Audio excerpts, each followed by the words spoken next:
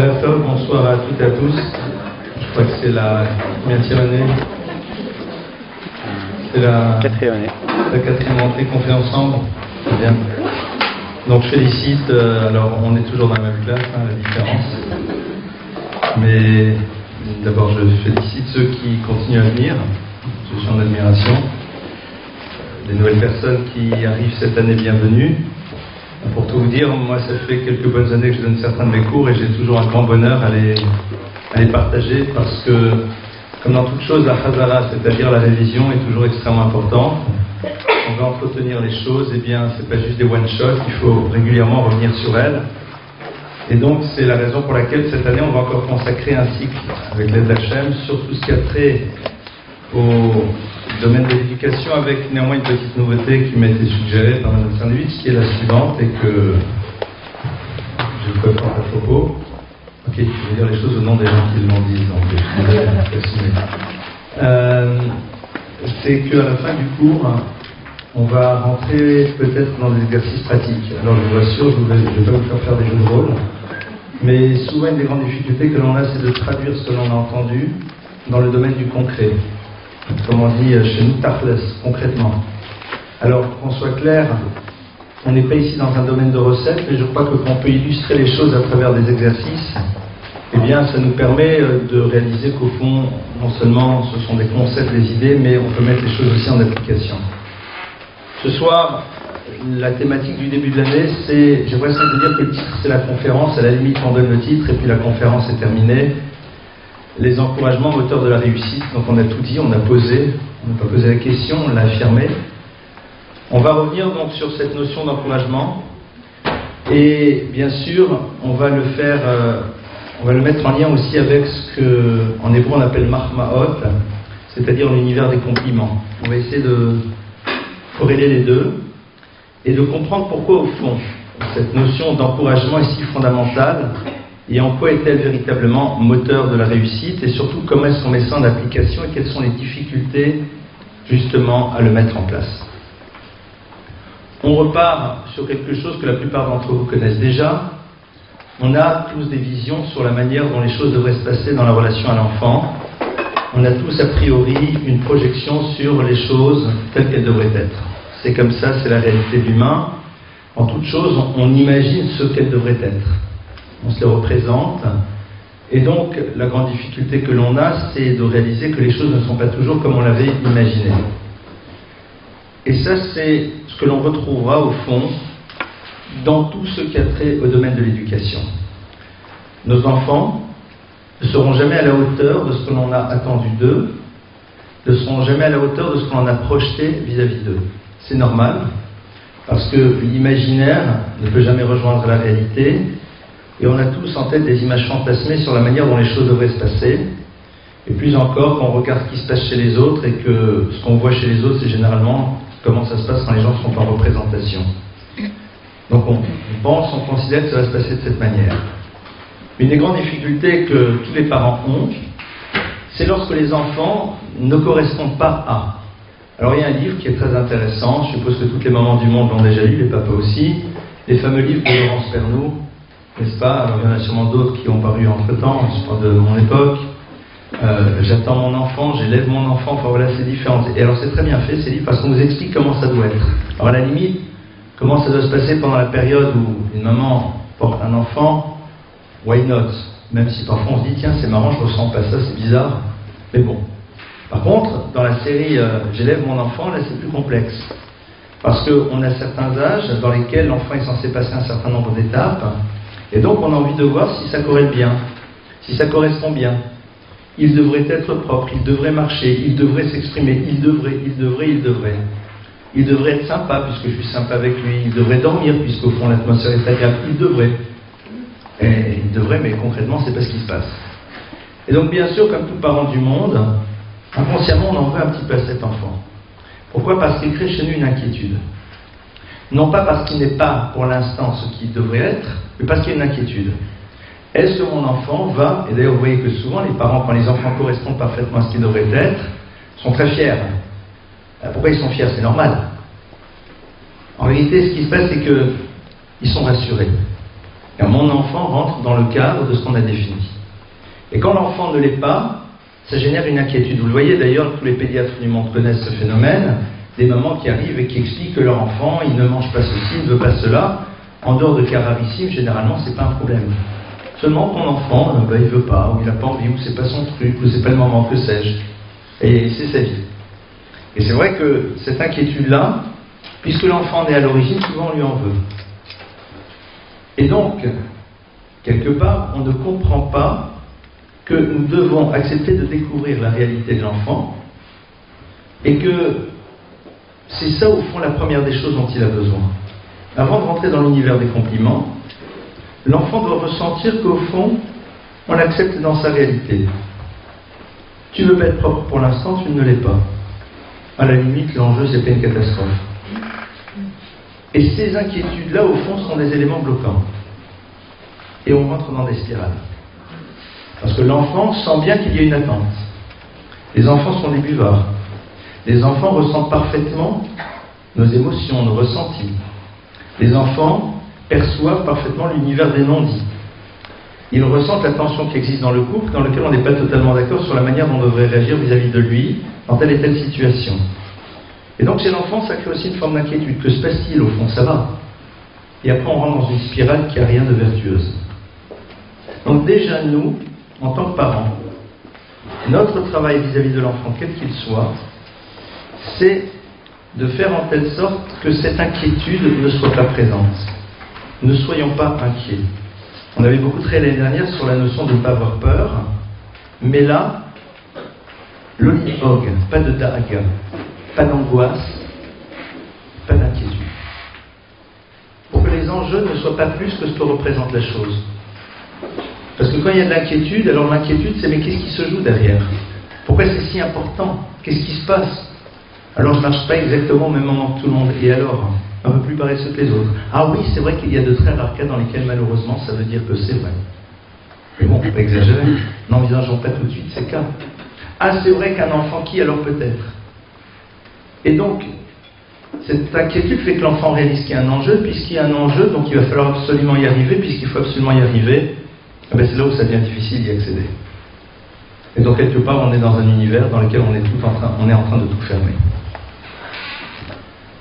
Une fois que ce point-là, on le travaille, à ce moment-là, on va pouvoir rentrer dans l'univers de l'encouragement, qui n'est pas là pour apaiser l'inquiétude que nous aurions par rapport à une situation, mais qui est là parce que l'enfant en a besoin et ça nourrit. C'est-à-dire que le point de départ, et c'est pour ça que j'insiste, c'est que si je suis dans l'inquiétude, je peux utiliser par la suite la méthode de l'encouragement pour amener l'enfant à quoi? À apaiser mon inquiétude. Donc l'encouragement ne remplit pas sa véritable fonction, puisqu'il n'est là que pour que l'enfant fasse et réalise quelque chose qui pour moi est important, parce que maintenant qu'il le fera, je serai moins inquiet. Donc on va l'encourager, bravo, c'est super, nanani. C'est comme les parents qui sont tous autour du pot, en train d'applaudir.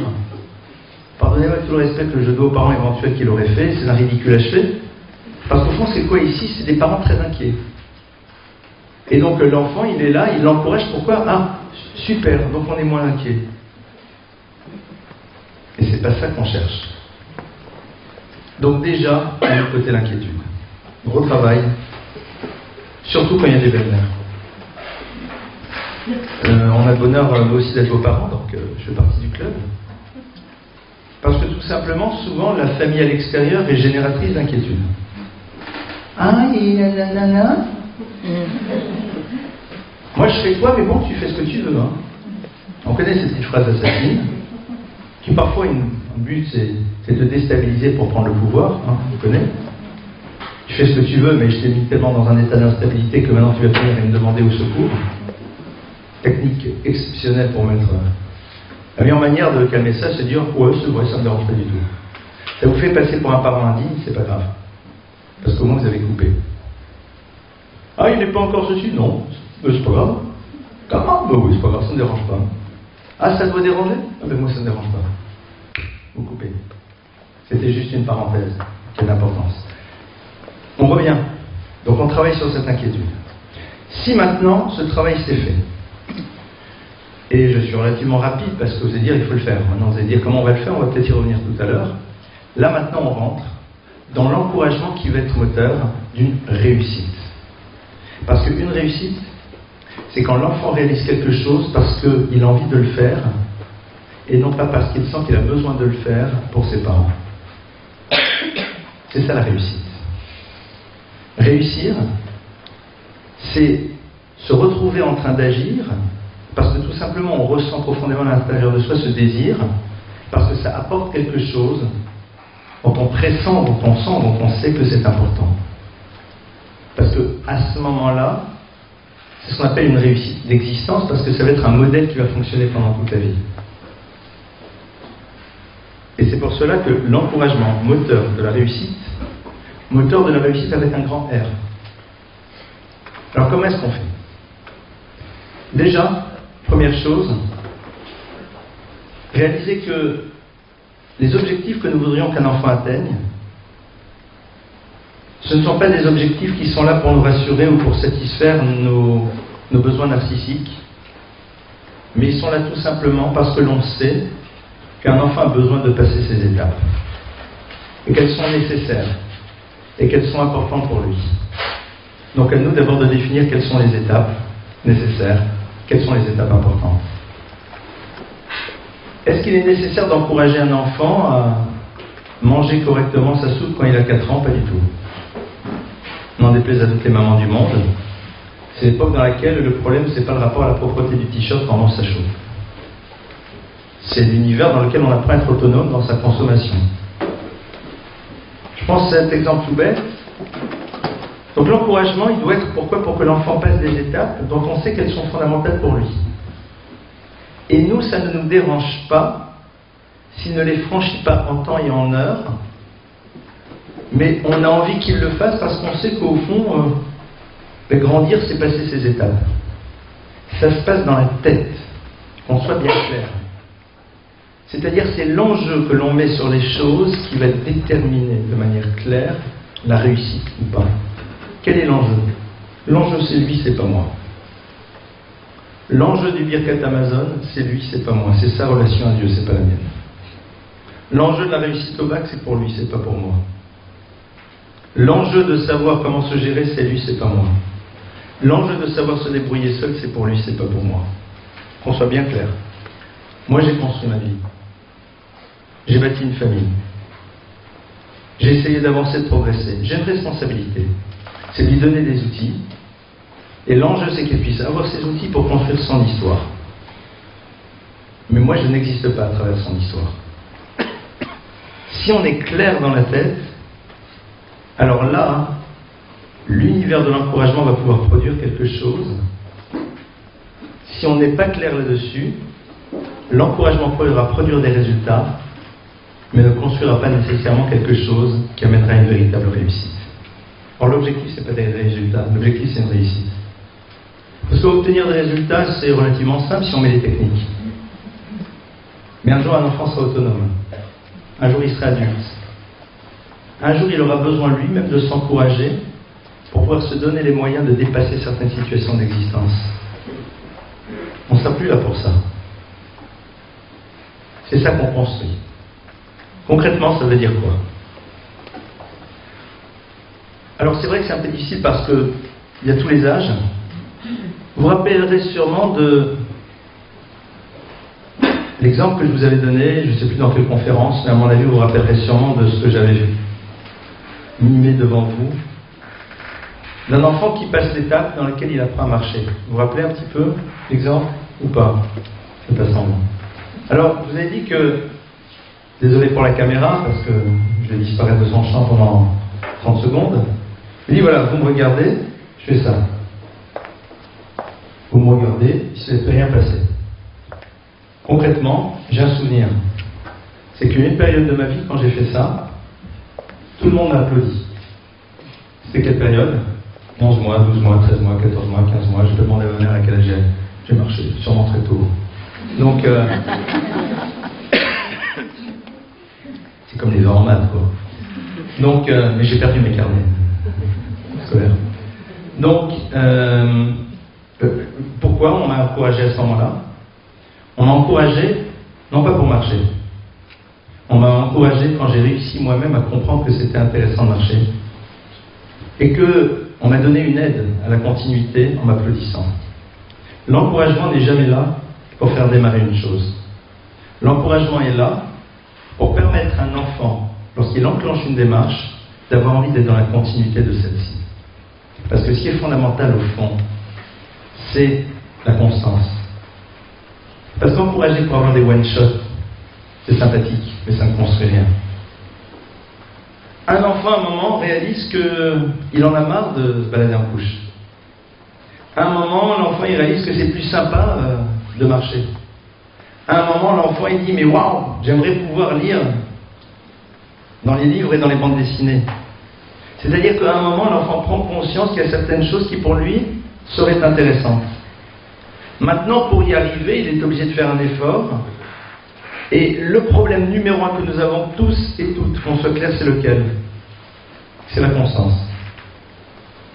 La constance. Au passage, on le voit même au niveau des adultes, vous avez des adultes qui n'ont aucune constance. Ils sont remplis de bonne volonté, ils sont pour. Qu'est-ce qu'ils sont pour? Mais vraiment, c'est très, très bon, non?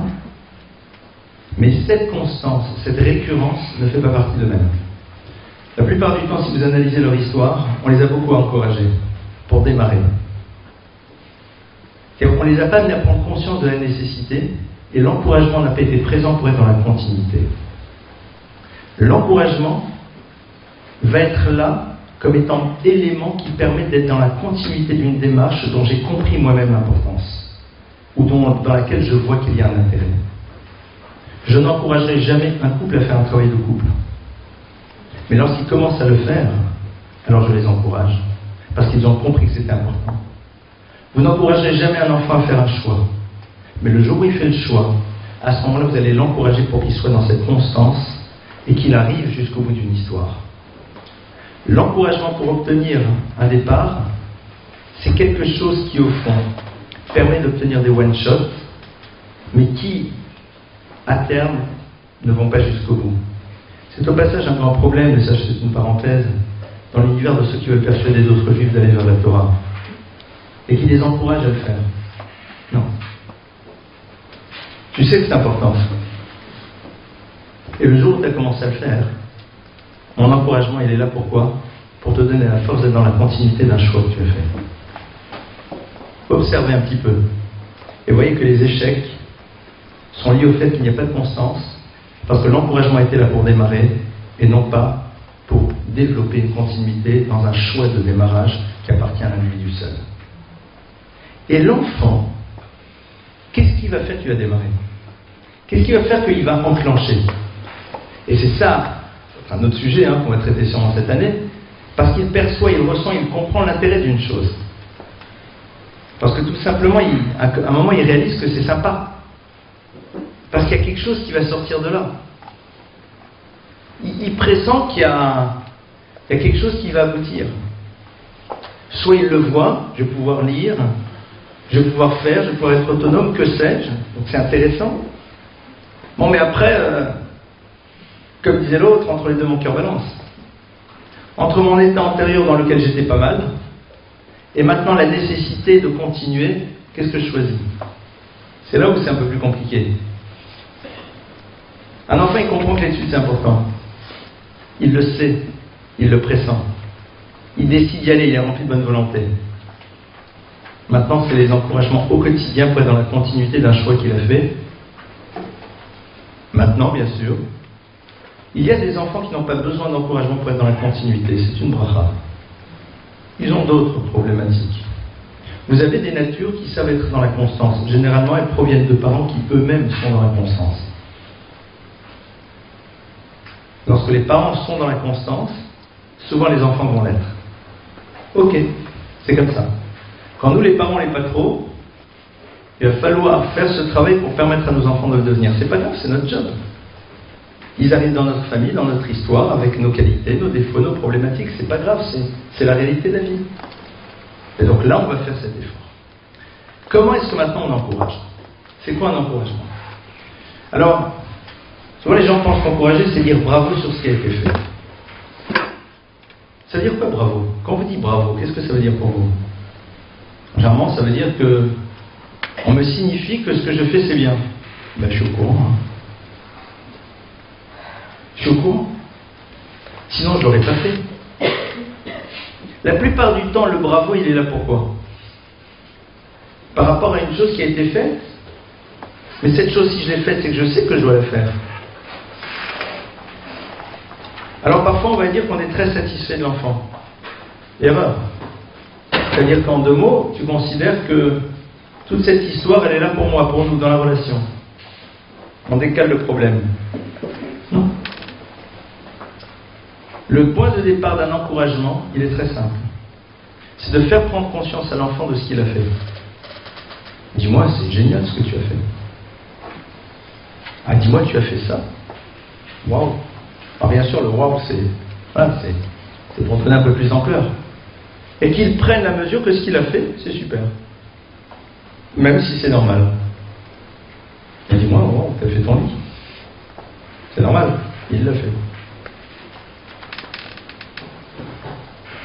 Ça, c'est signifier. Signifier que quoi? Que l'on a vu qu'il a fait. C'est le point de départ, c'est comme dans une relation de couple. Un encouragement dans un couple, c'est d'abord faire prendre conscience à l'autre qu'on a vu et qu'on a réalisé ce qu'il a fait, même si c'est normal. Juste signifier à l'autre que l'on a vu. Et que ce qu'il a fait, c'est quelque chose de positif. Normal, mais positif, qu'on le veuille ou pas. Dans la relation du couple, c'est un autre sujet. Il faut dire après qu'à l'autre, on apprécie. On montre bien qu'on donne aussi à ce geste-là une dimension signifiante qui est quelque chose qui alimente la relation amoureuse. Et que l'on apprécie ce que l'autre a fait, que l'autre doit faire, mais que néanmoins qui nous apporte. Quoi. Et ça, c'est dans le couple. Dans la relation à l'enfant, non. Parce qu'on n'est pas dans une relation amoureuse avec l'enfant. En tout cas, pas celle qui est du domaine du couple. Donc déjà, première chose, l'enfant réalise ce qu'on a vu. Donc quand vous rentrez et que vous voyez un enfant qui a fait des choses, quelles qu'elles soient, il faut qu'il sache que vous avez vu. Vous savez, mesdames, vous le savez parfaitement, quand vos conjoints rentrent à la maison respective, ce qui vous importe le plus, c'est qu'ils voient ce que vous avez fait, même si vous avez fait quelque chose de normal. Tiens, c'est sympa le pot de fleurs sur la table. Tiens, que sais-je? D'accord, c'est... Nous aussi, quand on a fait des choses sympas, c'est ce qu'on attend. Juste signifier, j'ai vu, enregistrer. T'as fait ci, t'as fait ci, t'as fait ça, t'as fait ça. On peut rajouter super, mais c'est déjà énorme. Tu as remarqué. Donc c'est-à-dire que tu donnes du poids à quelque chose que j'ai décidé de faire, qui est normal, que j'ai envie de faire, mais que j'ai fait. Ça, déjà premier point. Ah, t'as couvert tes cahiers. Ah, t'as fait ceci. Ah, t'as fait cela. Point. Juste. Ah, t'as révisé ton roumage. Ah, t'as fait... Juste. Je te dis que je vois. Vous ne pouvez pas vous imaginer comment c'est important. Et nous, les adultes, on sait combien c'est quelque chose qui peut changer l'univers de nos relations. Que l'autre remarque. Remarque qu'il dise, qu'il exprime. T'as rien remarqué? Si. Pourquoi il ne le dit pas? A fortiori pour les enfants. Donc on n'est toujours pas dans l'encouragement tel qu'on le croit. Maintenant, comment est-ce qu'on va faire pour être dans cet encouragement qui va être moteur? Ça, c'est donc le point numéro 2. Eh bien, en premier lieu, il faut que l'enfant réalise que nous sommes bien conscients que être dans la continuité, c'est pas simple. C'est-à-dire qu'il voit que l'on accepte que être dans la continuité d'un effort, au fond, c'est pas banal. Et que c'est pas normal. Et que ce ne sont pas des choses qui sont si simples que ce que l'on croit. Donc, l'enfant a fait quelque chose. L'enfant a débarrassé. L'enfant a ramené ses affaires à la maison. L'enfant a dit ce qu'il devait faire demain. Parce que c'est là-dessus, hein. C'est là-dessus que ça se joue. C'est pas sur les 10 sur 10, c'est sur les trucs extraordinaires. Donc déjà on dit, ah super. Et après on va lui dire, vraiment, c'est très bien ce que tu fais, parce que je sais que C'est pas si simple de s'en rappeler tous les jours. Point. Donc déjà l'enfant voit que l'on est conscient qu'une chose n'est pas toujours aussi simple et que l'on apprécie. Donc qu'est-ce qui se passe?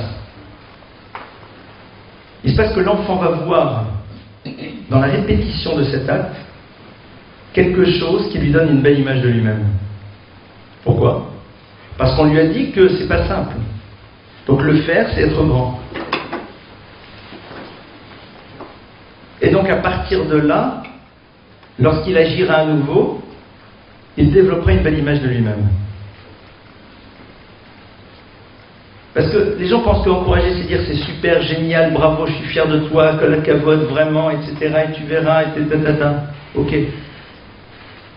C'est bien, mais dis bon, c'est quoi, c'est du business que tu es en train de faire? C'est bien de le dire, bien sûr, c'est agréable. Mais ce qui va être moteur de la réussite, c'est quoi? C'est quand, à travers l'effort que je fais, je réalise qu'au fond, je suis quelqu'un de bien. Or, j'ai besoin de savoir que je suis quelqu'un de bien. J'ai besoin d'avoir une belle image de moi-même. C'est fondamental. Cette belle image de moi-même, je n'ai pas envie qu'elle soit sans arrêt dépendante des autres. Donc l'autre me dit, sache qu'au fond, faire ce que tu fais, c'est pas simple. Et donc, quand tu le fais, c'est extraordinaire. Donc en deux mots, quand demain je vais faire cet effort, je me vois quelqu'un de grand puisque je fais quelque chose qui n'est pas si simple. Et c'est vrai. Et c'est vrai. Je vais vous parler d'un truc tout bête. Parce que c'est un grand classique aujourd'hui, ça s'adresse plus aux mamans, les papas aussi interviennent là-dedans, le domaine des petites filles et du rapport aux vêtements. Les fameuses problématiques de Let's News. Que les filles soient habillées comme bien dit, que les jupes ne soient pas des ceintures. D'accord? C'est pas ça. C'est très compliqué. Chacun dans son univers, avec son style. C'est pas ça. Donc l'encouragement, c'est quoi? C'est dire, waouh, avec la cavote, hein, parce que ça peut être ça. Ce qui est vrai. Et donc à partir de là, la gamine, quand demain elle va faire l'effort, qui pour elle peut être un effort, elle va quelque part être prête à s'applaudir. Parce que tout simplement, elle porte sur elle un regard positif à travers l'effort qu'elle a fait par rapport à un point qui est fondamental. Parce que derrière ça, c'est pas un problème de pudeur, c'est un problème de ne pas exister juste à travers le regard que l'on crée chez l'autre. Donc au fond, c'est tout l'enjeu du rapport à la féminité, du rapport à l'autre, et du rapport à ce que je suis réellement. Est-ce que je suis juste quelqu'un qui éveille le désir ou quelqu'un qui existe en tant qu'individu? Parce que on n'est même pas dans une problématique de religion, hein. On n'est même pas là-dedans. On est bien au-delà de ça. On est vraiment dans tout le rapport à ce que ça veut dire l'autre. Ça va être donc cette notion. Donc c'est comme ça qu'on va pratiquer à cet encouragement. Donc, on répète, l'encouragement, ça va être d'abord signifier à l'enfant ce qu'il a fait et lui dire qu'on voit dans son acte quelque chose qui n'est pas nécessairement si simple, pour que lorsqu'il va le reproduire, il ait une vision positive et belle de lui-même. D'accord?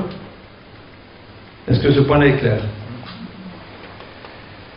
L'encouragement que l'on ne doit pas mettre en place, c'est lequel? C'est celui dans lequel on rentre dans une forme de business qui marchera. Je suis parfois confronté à des parents qui ont les moyens de leur politique et qui amènent leurs enfants à réussir en leur promettant monts et merveilles, et ils ont les moyens de leur amener les monts et merveilles. Ça démarre par le portable, ça démarre par le iPhone 1, 3, 5, 12, je ne sais plus à quel numéro ils sont. Ça continue par ceci et par ceci et par cela. Et ils disent, regardez, ça marche. L'enfant est rentré dans l'univers du business.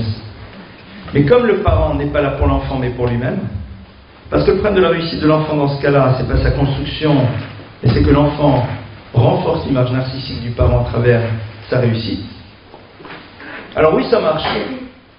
Mais la question est de savoir qu'est-ce qu'on a derrière. Parce que ce qui est important, c'est pas de savoir techniquement ce qu'on affiche, c'est qu'est-ce qu'on a construit.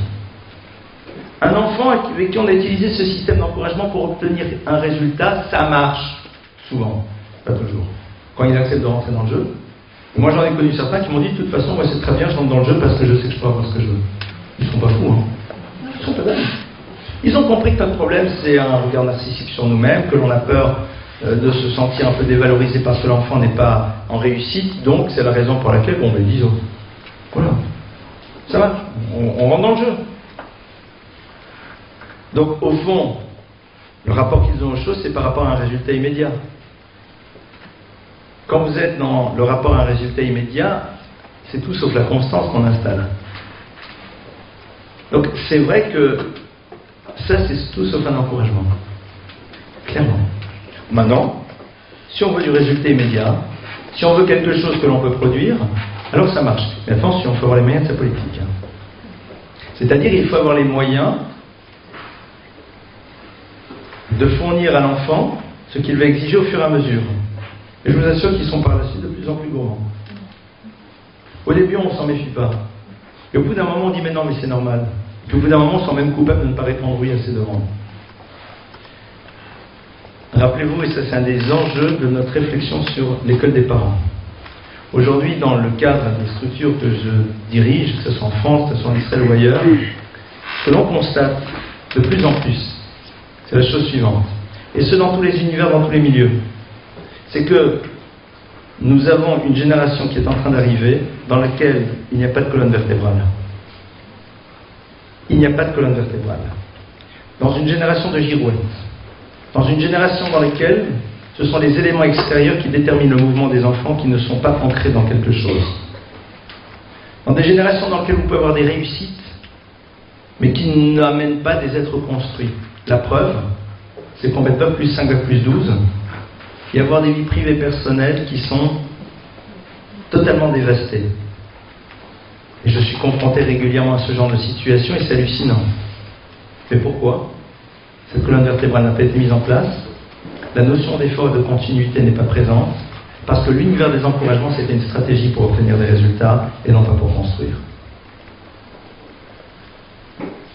À partir de là, on va rentrer maintenant dans la phase suivante des encouragements, qui va être celle dans laquelle on va néanmoins parfois aider l'enfant à être dans un passage à l'acte, dans lequel il sait que c'est important, mais il n'arrive pas à mobiliser ses ressources.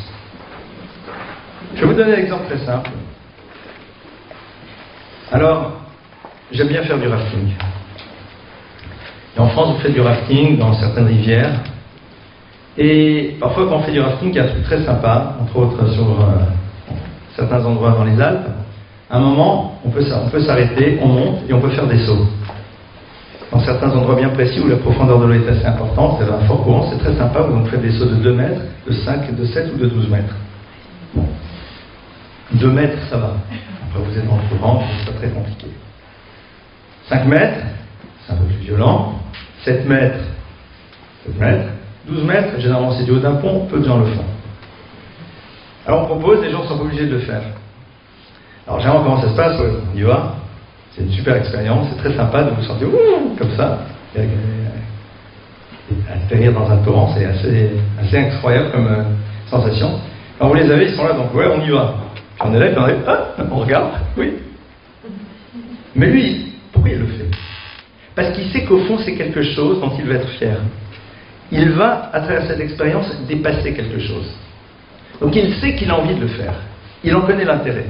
Mais là, il y a un élément qui, en l'occurrence ici, c'est la peur, ou autre chose, qui est là et qui bloque.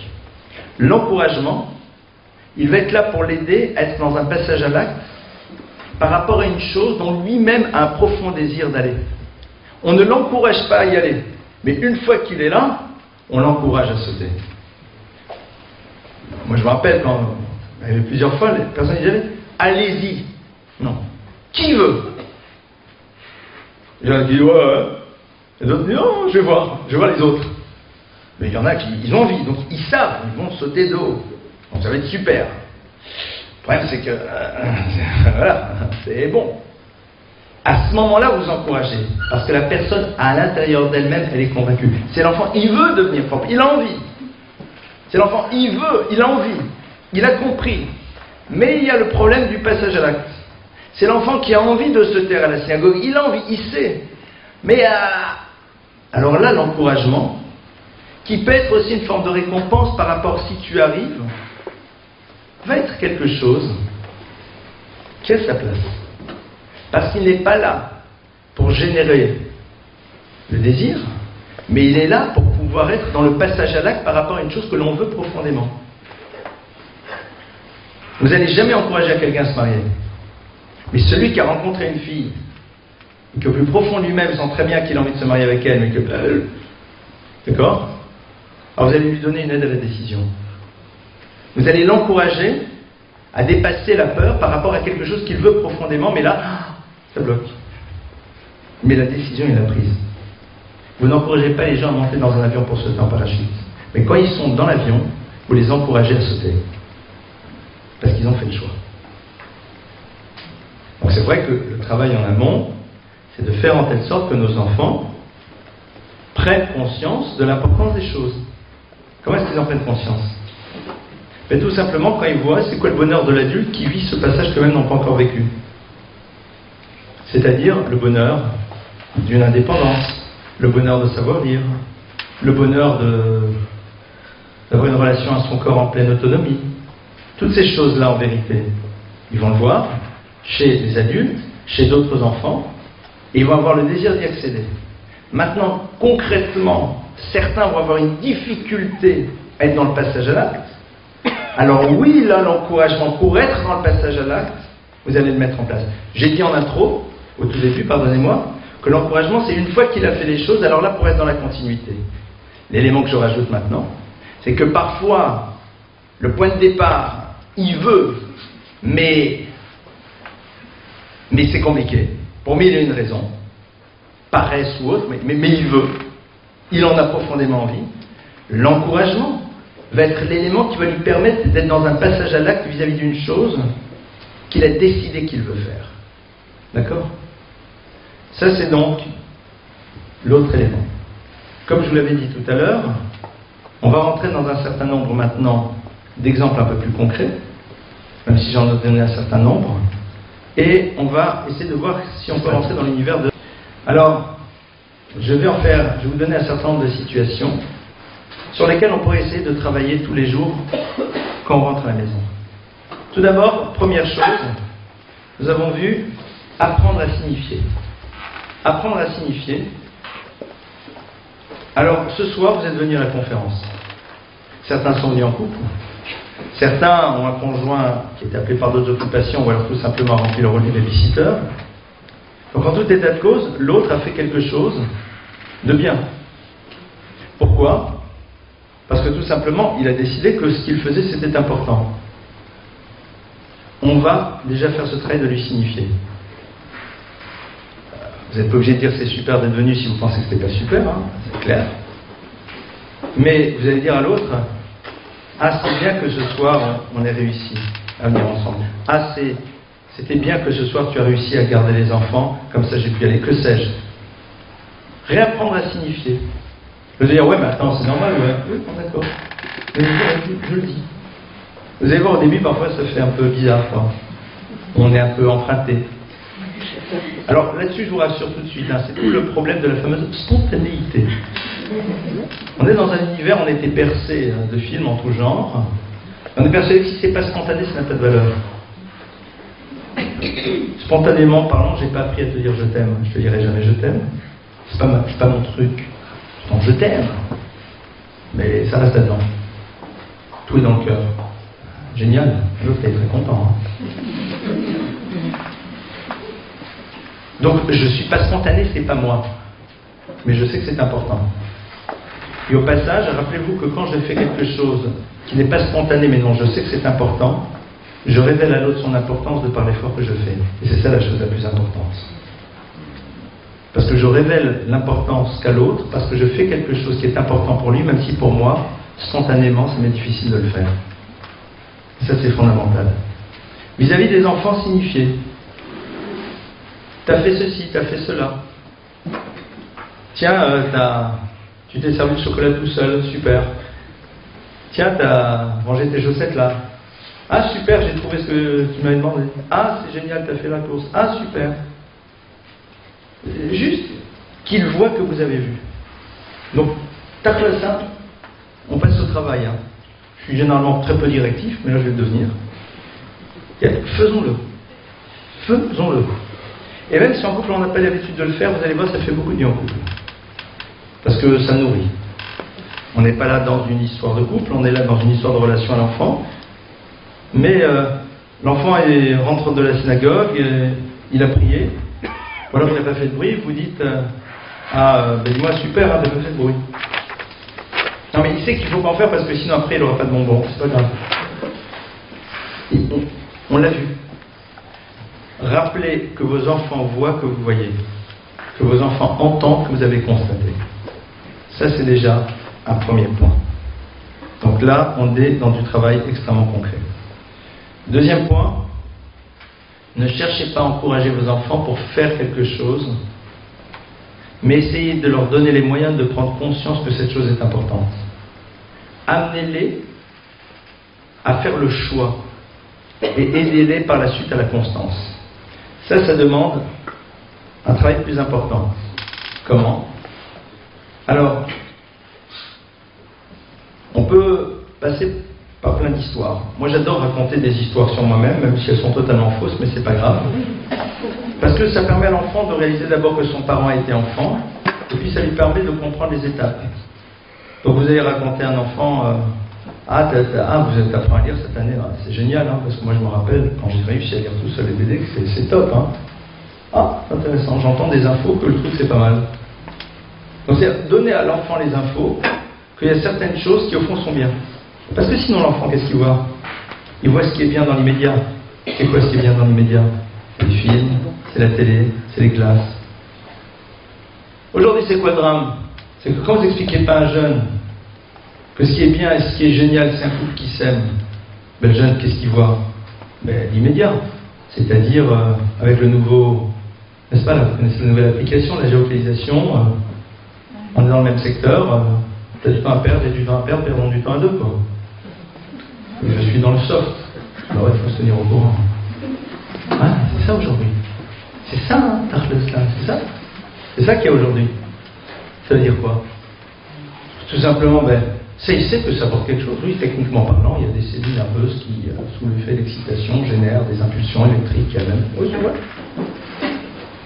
Mais quand on leur a pas expliqué qu'il y a des choses qui sont géniales, même si on ne les voit pas tout de suite, comment vous avez envie d'imaginer qu'ils ont envie d'y aller? Ils n'ont pas envie d'y aller, puisqu'on leur en a jamais parlé, ils l'ont même pas vu en plus. Si en plus ils l'ont même pas vu dans le couple de leurs parents, comment vous voulez qu'ils imaginent que ça vaut la peine? Donc il faut bien leur raconter, il faut bien leur dire. Leur dire le bonheur. Regardez quand un enfant il aime les maths. Quand il voit comment avec les parents jouent avec les maths. Bon, parfois les parents eux-mêmes n'ont pas réussi à jouer avec, donc c'est un peu plus compliqué. Mais c'est un peu ça. C'est découvrir la chose. Découvrir, soit ils le savent, soit ils le pressentent, parce qu'ils l'observent, soit il faut le leur apprendre. D'accord? Donc raconter le plaisir que l'on a de passer une étape. Moi je me rappelle, quand ton grand frère jouait la plume, il découvre, qu'est-ce qu'il était content. Oh, c'est agréable, vous donnez l'info. Passez des infos.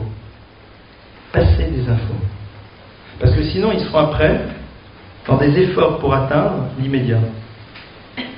Et ce que l'on a dans l'immédiat, généralement, c'est pas ce qu'il va construire. Troisième travail à faire, concrètement, c'est donc le compliment pour pouvoir, donc l'encouragement, pardonnez-moi, je ne peux pas parler du compliment, j'ai dit que j'en parlerai, mais pas le temps. L'encouragement pour être dans la continuité. C'est quand l'enfant fait les choses. Quand l'enfant fait une chose, et vous avez vu qu'il l'a faite, alors, une fois qu'il l'a faite, vous lui avez dit d'abord que vous l'avez vu, et là, chacun trouvera ses mots. Mais ce que l'enfant doit réaliser, c'est que l'on est conscient qu'il a dû faire un effort. Et on va lui dire, je suis très fier. Ou alors c'est top. Parce que c'est toujours un peu prise de tête de ceci. Parce que c'est toujours embêtant de faire ça. Parce qu'on n'a pas toujours envie de. Parce qu'au fond, c'est beaucoup plus simple. Et donc, l'enfant, à ce moment-là, réalise, comme on l'a vu, que refaire les choses, c'est ce qui va le faire grandir. Et il va avoir envie de les refaire. Et on va être sans arrêt en train de lui signifier qu'on voit combien il le fait. Et on va lui dire qu'on le remarque. Et au bout d'un moment, il va découvrir le bonheur de ce qu'il est en train de faire. Et à ce moment-là, c'est bon. À ce moment-là, il n'aura plus besoin de ces encouragements pour faire les choses, parce qu'il se nourrira du bonheur qu'il a de faire ces choses qui nécessitaient des encouragements pour pouvoir être faites. À ce moment-là, c'est bon. Il est dans son histoire, il est dans son mouvement, on a rempli notre fonction de parent. Et ça peut arriver très vite. Et qu'on peut arriver à ça avec des enfants à l'âge de 14 ou 15 ans. 14, 15, 16 ans, si on a bien fait le travail, on peut considérer qu'on a fini le travail. Que l'essentiel est fait. Ils sont enclenchés dans l'histoire. Parce qu'ils ont maintenant compris le bonheur de faire quelque chose qui a demandé des efforts, mais qui leur apporte aujourd'hui véritablement des bénéfices. Une fois que vous êtes dans le bénéfice de l'effort, vous n'avez plus de problème de faire des efforts, et vous avez compris que même dans d'autres domaines, ça sera la même chose. Donc dans tous les domaines, c'est bon. Et là-dessus, il ne faut pas croire, on peut y arriver très vite. Pas obligé d'attendre que l'enfant ait 18 ans pour ça. On peut y arriver très très vite. D'accord? Avez-vous des questions? Enfin, vous en avez sûrement, puisque généralement on continue avec les questions. À vous les questions. Questions, remarques? C'est le début de l'année, vous êtes là, tranquille, vous avez rien à dire. Vous avez le droit de être d'accord, de dire des choses.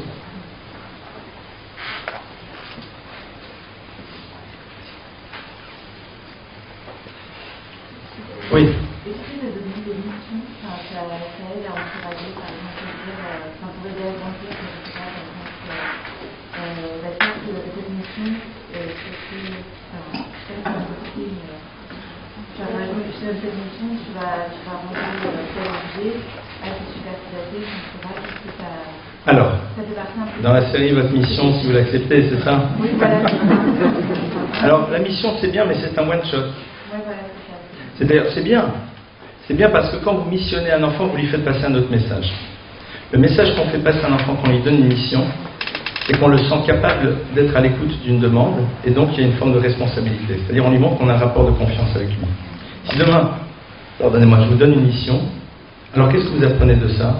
C'est que j'ai une relation de confiance. Je vous fais confiance puisque je vous demande d'agir et de faire un certain nombre de choses. Mais mission, récupérer toutes les chaussettes, c'est pas une mission. C'est vraiment une mission, parce que ça, tout le monde sait le faire. La mission qui véritablement est valorisante, c'est celle dans laquelle on demande à l'enfant de faire quelque chose de particulier, qui montre qu'on lui fait confiance. Voilà, ça oui, mais dans l'univers, en fait, dans ce qu'on a développé, on est sur un autre axe. Oui.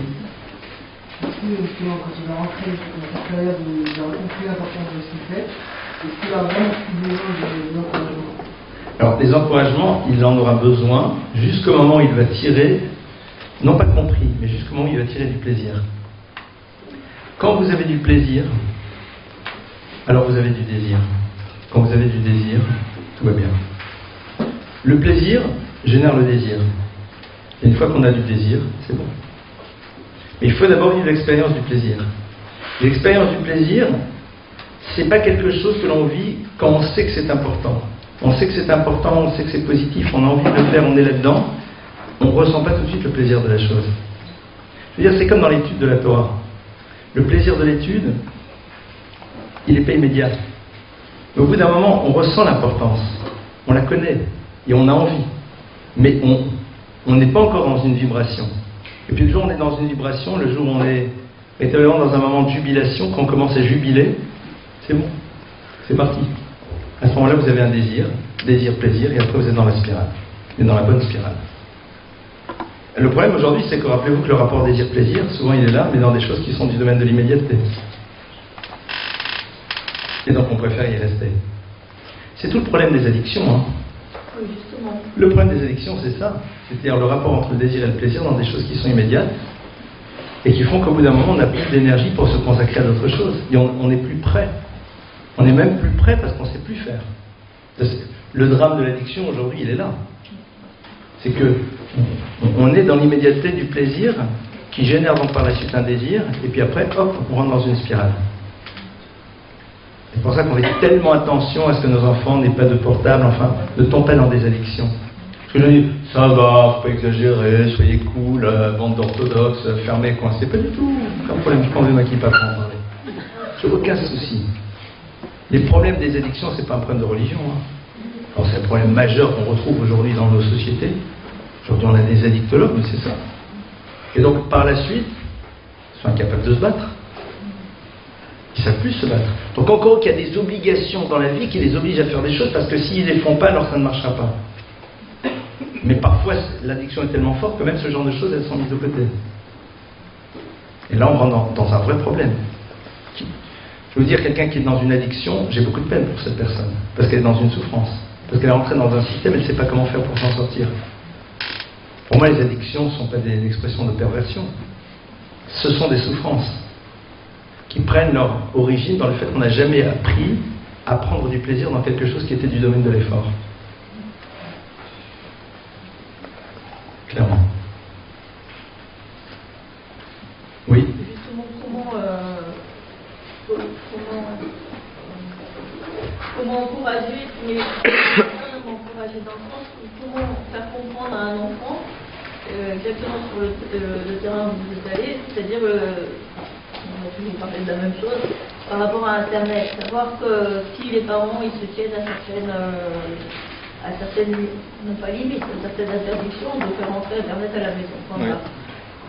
L'enfant, il a besoin d'être comme les autres, il a besoin d'avoir sa tablette, il a besoin de ci, il a besoin de ça, on fait tout son cinéma. Est-ce que on a, entre guillemets, le droit de ne pas encourager cette envie d'avoir absolument comme les autres Internet? Alors, ici, c'est très complexe. Parce que bon, vous avez ici, dans votre question, plusieurs problématiques. La première, c'est comme les autres. Moi, la question que je me pose, c'est qu'un enfant demande ça alors qu'il sait que l'univers familial a mis des cases. Qu'est-ce qu'il veut me dire? Qu'est-ce que l'enfant est en train de me signifier? Est-ce qu'il n'est pas en train de me dire à travers cela que le cadre que je lui propose ne lui satisfait pas et que pour lui, c'est une manière de me le dire? Peut-être. Je fais une hypothèse. Vous savez que dans l'univers de la relation à l'enfant, à l'autre, on est dans des hypothèses. C'est une des hypothèses que je vais faire.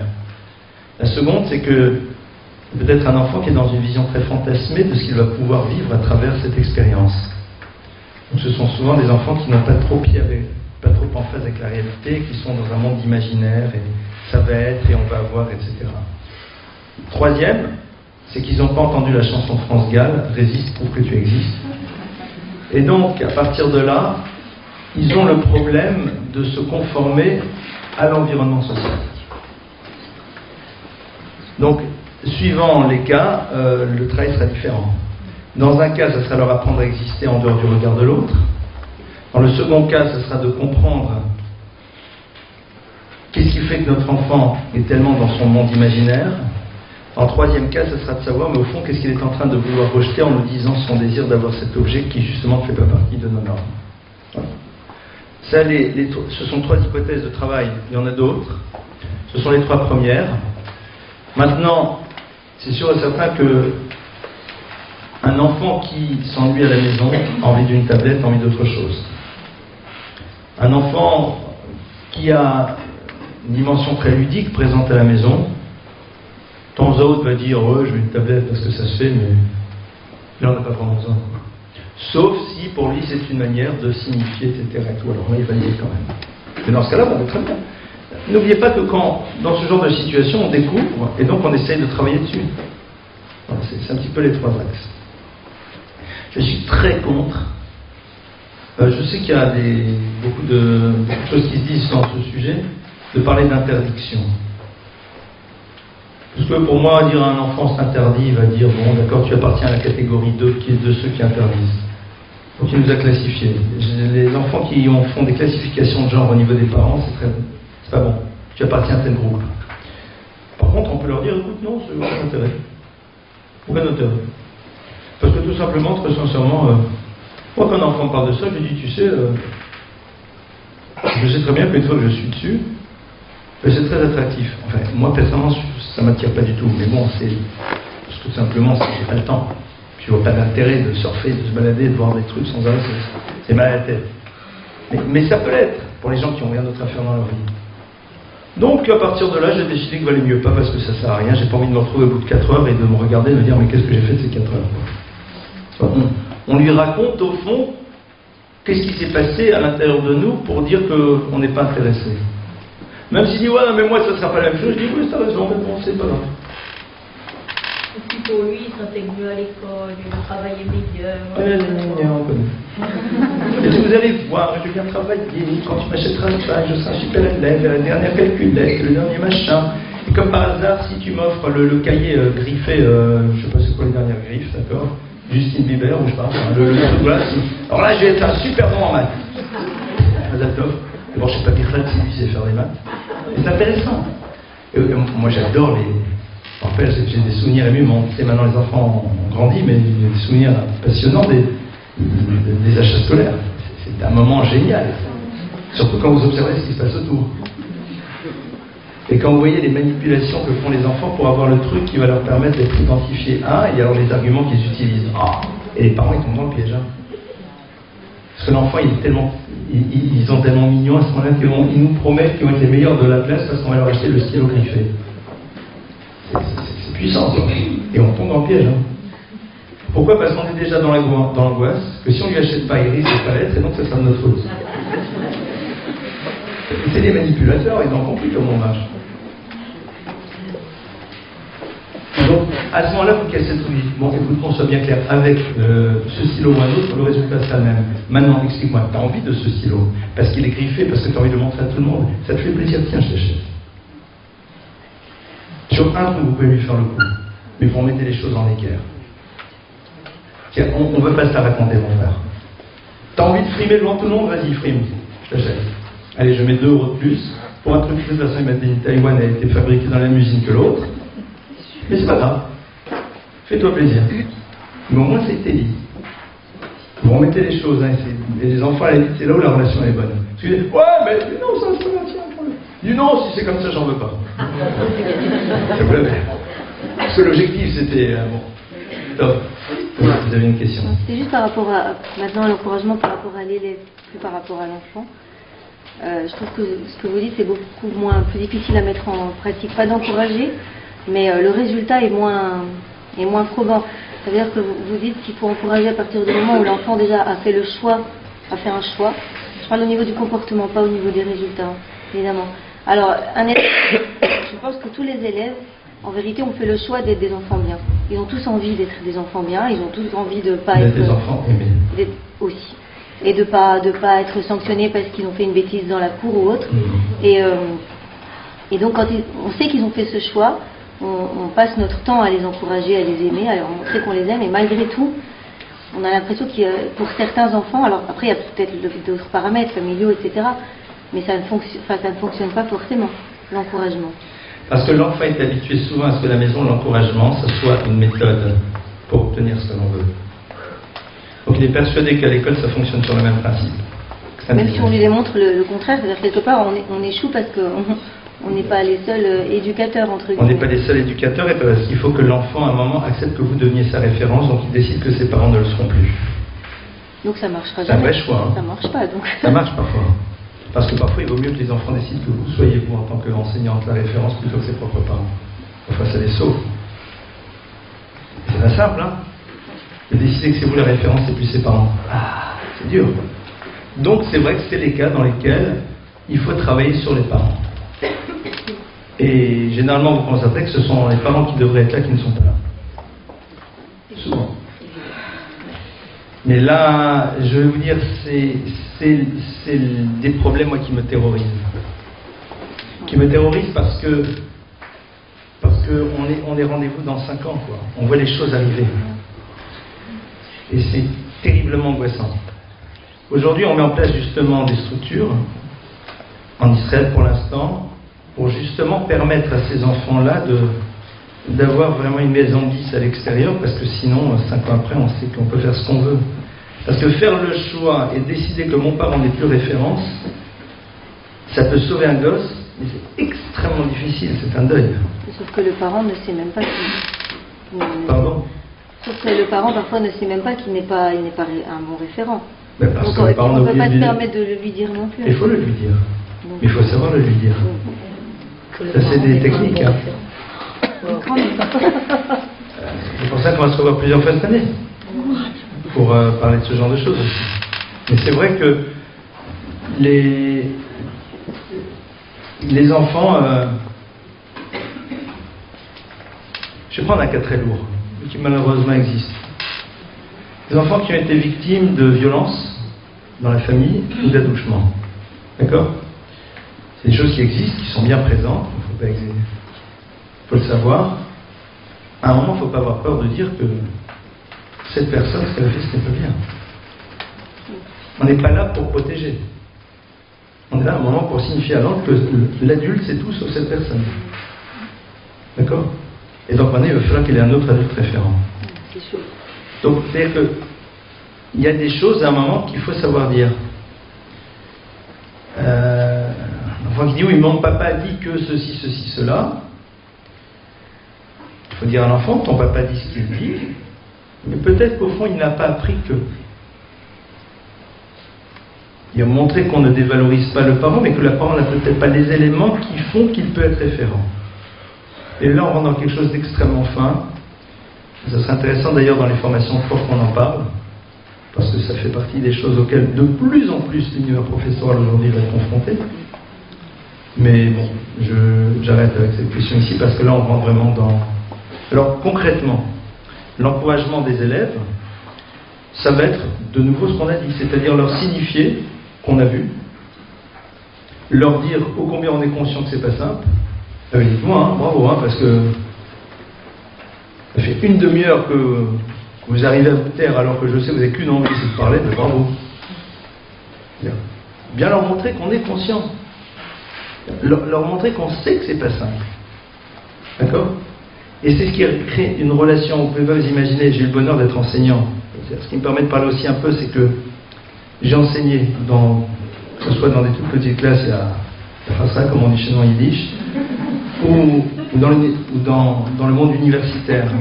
Donc c'est-à-dire que j'ai quelques souvenirs encore, et c'est vrai que vous ne pouvez pas vous imaginer comment ça crée une relation de complicité après avec l'enseignant. L'enfant est proche, parce qu'il dit tu m'as compris, tu sais ce qui se passe. Et quelque part, c'est bon, je peux te faire confiance.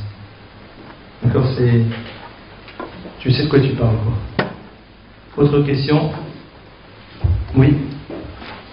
L'encouragement des grands-parents avec les petits-enfants, est-ce qu'il y a une limite? Est-ce que ce n'est pas empiéter sur les parents? Vous parlez ici en tant que parent ou en tant que grand-parent? Pardon? En tant que grand-parent, d'accord. Parce que vous auriez pu parler ici en tant que parent pour utiliser ma réponse et la transmettre aux grands-parents. C'est pour ça que je me renseigne. Souvent ça arrive, hein, moi.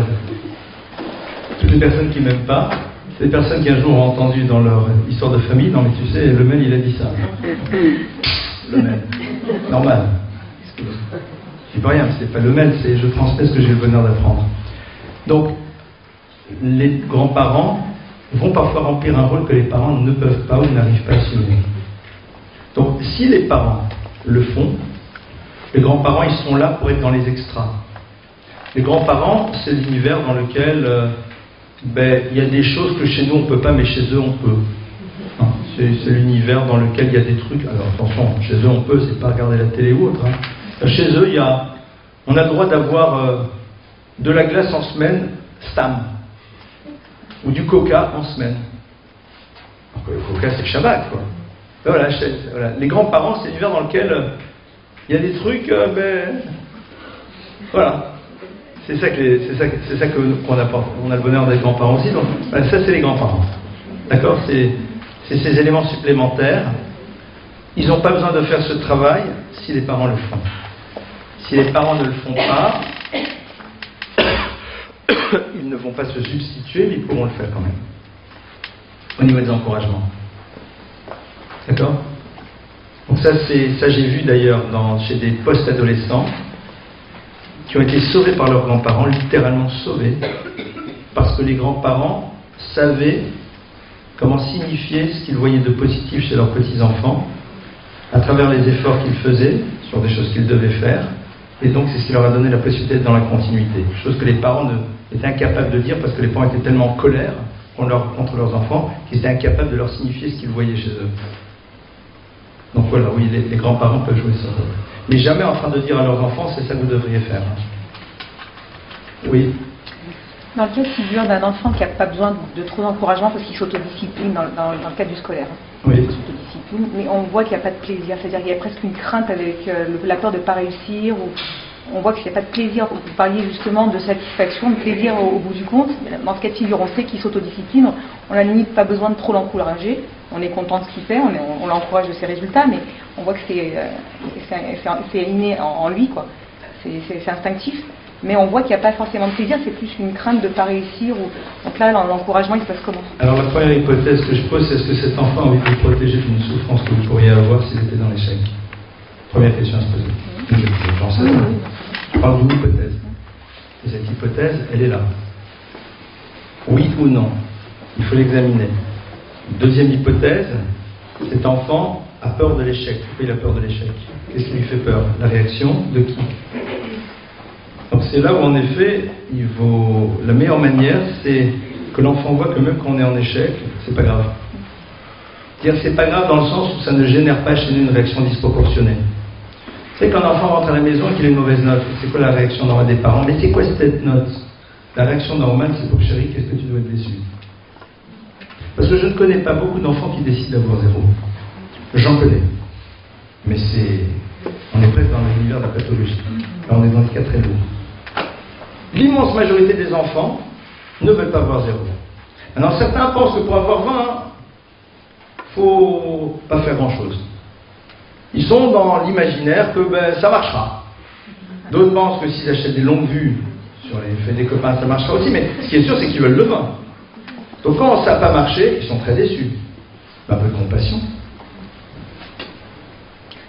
Quand un mari par exemple a décidé qu'il allait faire du bricolage, il est persuadé en commençant à le faire qu'il va réussir, sinon il ne le ferait pas. Quand il se retrouve avec le robinet non seulement maintenant qui n'arrive pas à fermer mais qui en plus fuit partout, on va lui dire je t'avais dit de pas commencer. On va lui dire pauvre chérie, on est d'accord, un peu de compassion. Parce que moi, si je sais que je vais me planter, j'y vais pas. Donc si j'y vais, c'est que je pense que je suis capable. Maintenant, le problème, c'est que j'ai pas fait d'études sur moi-même suffisantes pour réaliser que je suis pas capable. Je suis dans l'imaginaire de moi-même. On l'est tous un petit peu. Donc déjà, si vous faites ce travail-là, ça va être très important. Parce que quand l'enfant voit que ça n'a pas marché, vous avez de la compassion, donc déjà, l'angoisse qu'il a par rapport à la réaction que vous pourriez avoir, il a fait disparaître. Donc ce n'est pas la peur d'une réaction qui est à l'origine d'eux. Ce qui est sûr, c'est que si le prof le terrorise quand il a une mauvaise note, c'est un peu ennuyeux. Mais si c'est pas ça, je pense qu'avec ce... Il a été habitué à avoir un bon niveau dès le départ. De la classe, donc on disait très intelligent. Hein. Alors dès que par contre ça commence... Voilà. Donc dès que ça commence un peu à baisser, il est là paniqué, mais je suis plus aussi bon, je suis plus aussi mal. Voilà. J'ai plus l'impression que c'est un peu ça. Très bien. Donc maintenant vous venez m'amener un troisième élément. C'est deux choses possibles. Soit l'enfant qui a un statut à garder. Donc au fond c'est un enfant qui quelque part a une forme d'orgueil à défendre. C'est pas mal. C'est-à-dire le gosse qui dit non, je suis le meilleur, je tiens de rester. Tant qu'on reste le meilleur et qu'on ne met pas de fer à cheval dans ses camps de boxe, ça va. Maintenant, ce qu'il doit apprendre, c'est à composer avec l'échec. C'est-à-dire, à un moment, lui dire « et alors ?» Voilà. Ça va passer un moment. Et que là, c'est un problème de continuité. C'est-à-dire, au bout d'un moment, le « et alors » va lui permettre de réaliser que c'est pas si grave si à un moment, il n'a pas été. Mais c'est sûr que, pardonnez-moi, ici je travaillerai plus sur la confiance en soi. Qu'il n'ait pas besoin d'exister à travers les résultats qu'il produit. Donc souvent ce sont des enfants qui ont besoin d'avoir ça pour pouvoir avoir une place. Qui ne réalisent pas qu'ils ont une valeur en tant qu'individu à l'intérieur du groupe. Pourquoi? Ça c'est encore un autre sujet. Je ne rentrerai pas dedans, mais là-dessus il y aura un travail à faire. Autre question? utilisé un mot au début, vous avez dit tarless. Mais quand on se rappelle un peu sur le début des choses qui étaient, moi je trouve jolies, par exemple l'enfant, on doit ressentir, le comprendre et surtout pas être inquiet, de lui faire sentir qu'on n'est pas inquiet de sa réalité, de l'accepter. Mais tarless, aujourd'hui on vit dans un monde où on voit les efforts de quelqu'un ou la réussite, ou les résultats. S'il se rend compte que l'école, la société, même les parents sont inquiets parce qu'on vit dans un monde où c'est les résultats qui comptent, alors comme on dit, comme pour la Torah, ce qui compte c'est les efforts, c'est pas le résultat, mais n'empêche qu'il vit dans un monde où il va être sacrément en difficulté, et nous on se met à accepter cette difficulté. J'entends. Alors je sais pas si vous connaissez, il y a un dessinateur que j'aime beaucoup qui s'appelle Santé, d'accord, pas Santé Pellegrino, hein, SMP. Alors sur une de ces planches, un vieil album, vous avez donc les parents très inquiets parce que l'enfant il mange pas. Et puis sur un autre planche, il dit rassurez-vous, il deviendra comme n'importe lequel de ces adultes. Et vous avez donc une bande d'adultes dans un restaurant. Bon alors, avec l'omelette ou machin, on prend quoi à boire? C'est-à-dire qu'à un moment, il y a des choses qui créent des inquiétudes, mais à terme, il ne faut pas se poser de problème, ça se passera.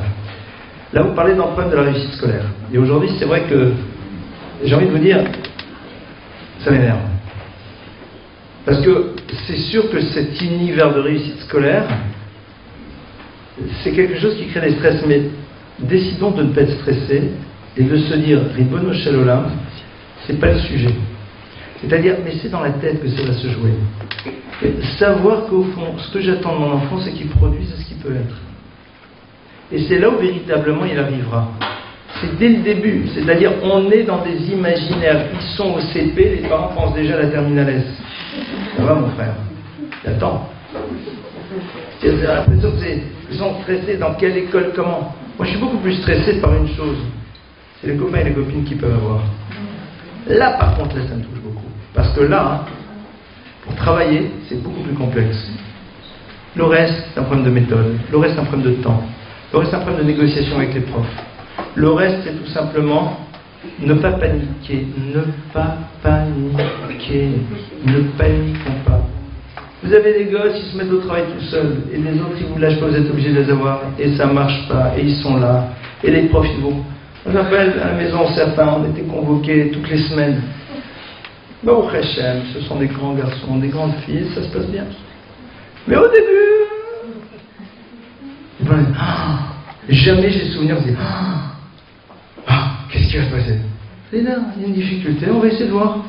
Et on essaie de comprendre. Dire, pas être dans la projection, arrêtons d'être dans des projections. Notre problème à nous, c'est qu'on est en train de projeter, d'imaginer. Ça va, c'est bon. Et ça, c'est. Alors, c'est une nature parfois, mais ça se travaille. Et parfois dans le couple, on l'auto-entretient, mais tu te rends compte, et on réfléchit jusqu'à 3h du matin. Parce qu'au CM2, il a un problème avec les fractions, je ne sais pas trop quoi ça va.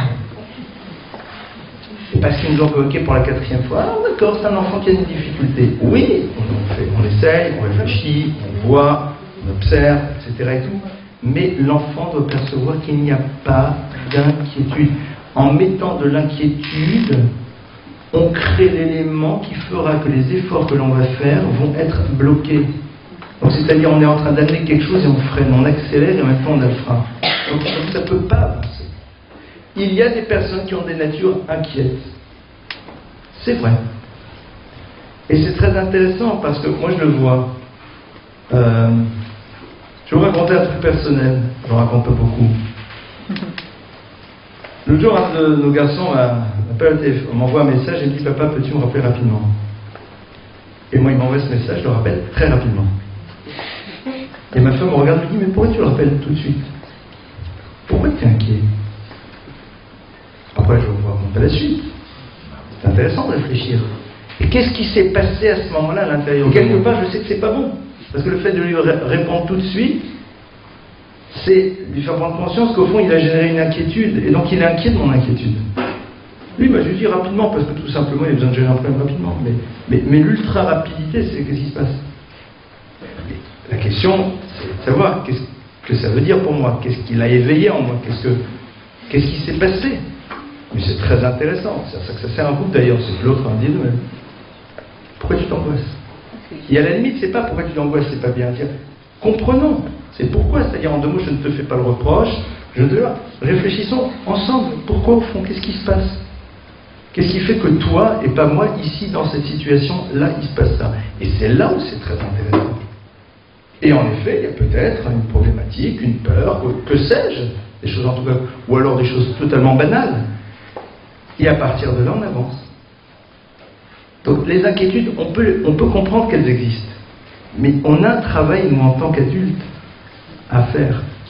Et ce qui est intéressant, c'est qu'on ne s'inquiète pas pour des choses pour lesquelles là, on devrait s'inquiéter. Où là, vraiment, il y a des enjeux. Mais l'enjeu des fractions et du 10 sur 20 ou du 12 sur 20 ou du 8 sur 20 en telle et telle classe, c'est pas si grave. Et comme c'est pas si grave, là, on va faire un travail. Sans vouloir vous défendre, mais c'est légitime d'avoir peur. Quand on nous envoie un message, son enfant envoie un message, c'est urgent, rappelle-moi. Enfin, c'est légitime. D'abord, il m'a pas dit c'est urgent. Il m'a demandé, il m'a dit rappelle-moi rapidement. Mais c'est intéressant moi, le fait que je rappelle rapidement, à la limite, c'est ok. Mais ce qui est intéressant, c'est qu'est-ce qui s'est passé à l'intérieur de moi. Vous savez, c'est comme tout, l'autre il arrive en retard. Pourquoi on est toujours en option catastrophe? Pourquoi on est tout de suite en option catastrophe? Cachemire Azor, il ne se passe jamais de catastrophe chez personne. D'accord? Mais ce qui est intéressant, c'est qu'est-ce qui se passe? Alors l'inquiétude, peut-être parce qu'on a une nature inquiète. Parce qu'on a grandi dans une nature, dans un univers dans lequel nos parents étaient inquiets. Parce que nous-mêmes, on est dans un état d'insécurité. Et donc, que sais-je? C'est pas grave. Ce qui est intéressant, c'est de comprendre qu'est-ce qui se passe. Pas se dire, ah, c'est pas bien. Non. Ok, j'ai une peur, j'ai quelque chose, ça me renvoie à une histoire, que sais-je? J'identifie, et on sait qu'on a un travail à faire là-dessus. Au passage, je crois que ça, c'est une des choses qui est passionnante dans l'histoire du couple. Dans l'histoire du couple, c'est très intéressant parce que quand on interroge l'autre et qu'on l'amène à essayer de réfléchir sur le pourquoi, on n'est jamais dans le jugement, on est dans l'aide. Pourquoi dans une situation pareille tu fonctionnes comme ça? Mais attention, je ne comprends pas pourquoi, mais je suppose qu'il doit y avoir une raison, et ça serait intéressant d'essayer de la comprendre sans avoir besoin de dire que c'est une bonne ou une mauvaise raison. Parce que la raison elle est souvent très mauvaise. Mais elle est là, elle est à l'origine de. Et à partir de là, on est dans des vraies communications et dans des vraies progressions. C'est très intéressant, parce qu'on est toujours dans le problème de l'interprétation. On le dit, mais pourquoi tu es inquiet? On a l'impression que c'est un reproche. Quand c'est un reproche, c'est... Essaye de réfléchir pourquoi.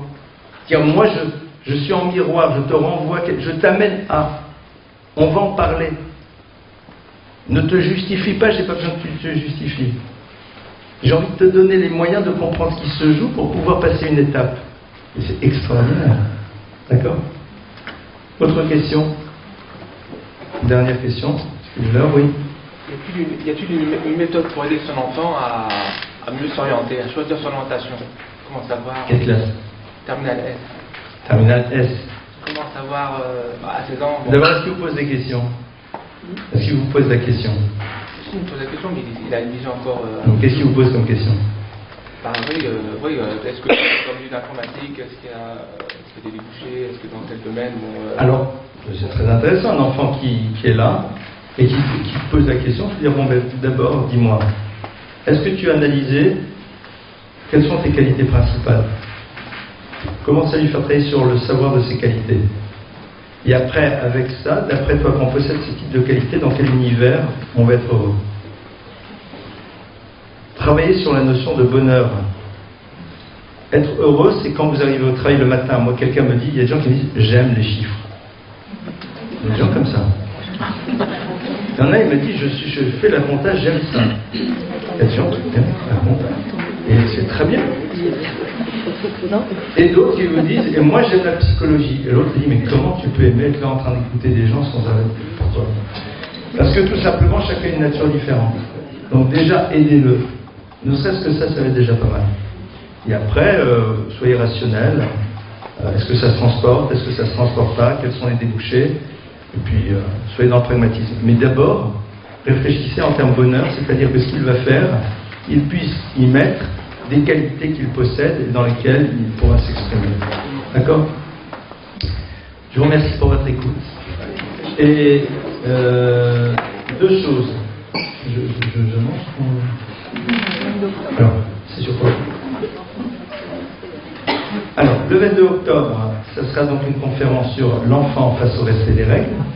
D'accord? Et l'autre projet, j'en parle encore. Et à ce moment, vous viendrez le 22 octobre, on vous parlera d'un nouveau projet dont on vous avez parlé l'année dernière, que je vous parlerai maintenant, mais je vous en parlerai. Et au fond, le début de la maison de l'école de la consultation, telle qu'on vous l'a promise l'année dernière, le début de la consultation régulière ici, avec des thérapeutes de la maison des familles sur il y a à la fois les couples et les enfants. Donc, le 22 octobre, on vous annoncera la création de cette entité ici à Lyon. Voilà, je vous remercie pour votre écoute, là il a à tout le monde.